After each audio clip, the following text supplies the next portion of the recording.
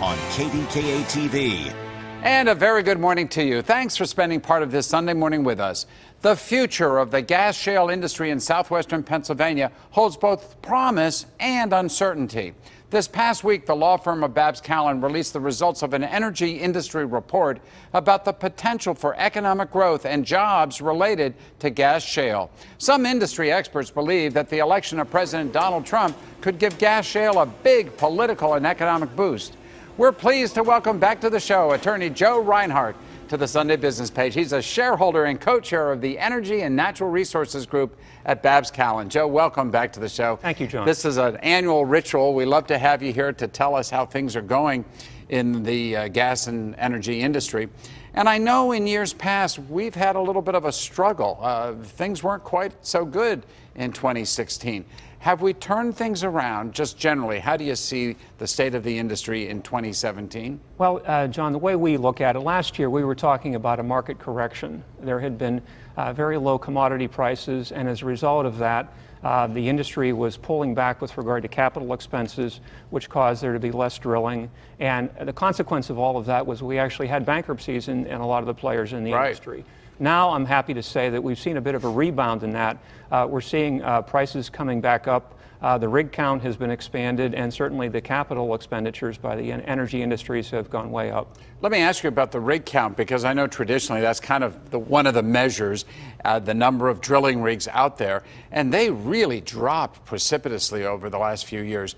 But I've heard that there's been a turnaround. Can you give us some idea what's happening in our area? Yeah, and I can. And in fact, of course, when we talk about the shale industry across the country, there's many different shale areas to be discussed. Right. The Marcellus is the largest, and really for purposes of our discussions, the one most relevant, I think, to the local economy. We've actually had a doubling of the rig count we had a year ago in the Marcellus and Utica wells, particularly in Ohio and Pennsylvania. It's been sort of steady in West Virginia, but overall, we actually have had a doubling in the rig count from a year ago. But we're still not back to where we could be. Well, I think there's certainly, in terms of prices, that's for sure. I mean, a few years ago, we were getting $6 gas. Now we're looking at something that might be $2.50 gas or $3 gas. Right. And so that's the challenge for the industry. But what's interesting is that the industry has become very efficient in being able to develop gas. And as a result of that, we're now, the Marcellus region is generating 19 billion cubic feet of gas a day, as opposed to virtually nothing that many years ago. And so part of the challenge is that efficiency is necessary because we're generating so much gas that works against the industry because they're creating so much volume. Right, of course, that's the free market system.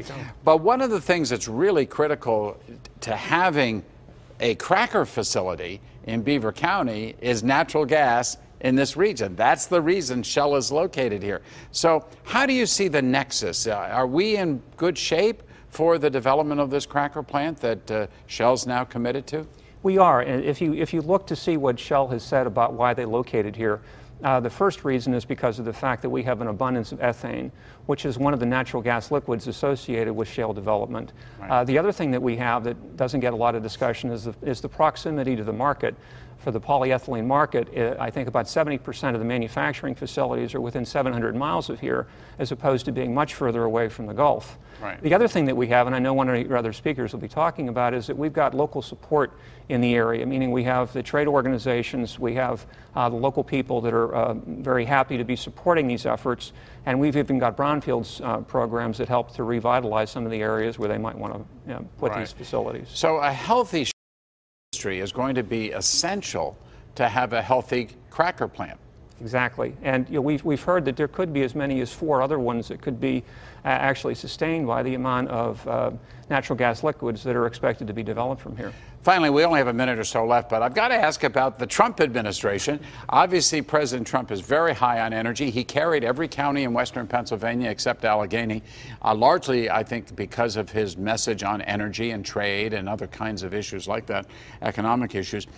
Have we seen a change? Is it too early to see a change out of the Trump administration that would be favorable to energy development? No, I don't think it's too early, but where it ends up is going to be very interesting, because right off the bat, of course, he issued his executive orders that promoted energy independence, and he immediately... Does that have any real practical impact other than sort of a statement of policy? That's a good question. I think in some regards it does, because the Dakota pipeline and Keystone pipeline, those approvals went through, and so that's a very real outcome of those kinds of decisions.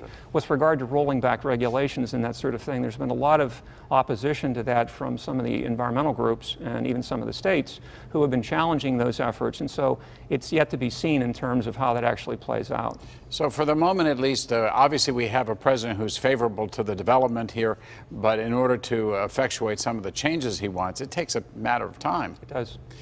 Do you think that in terms of the states themselves, is Pennsylvania over-regulating in this area, or is Pennsylvania helpful to the development?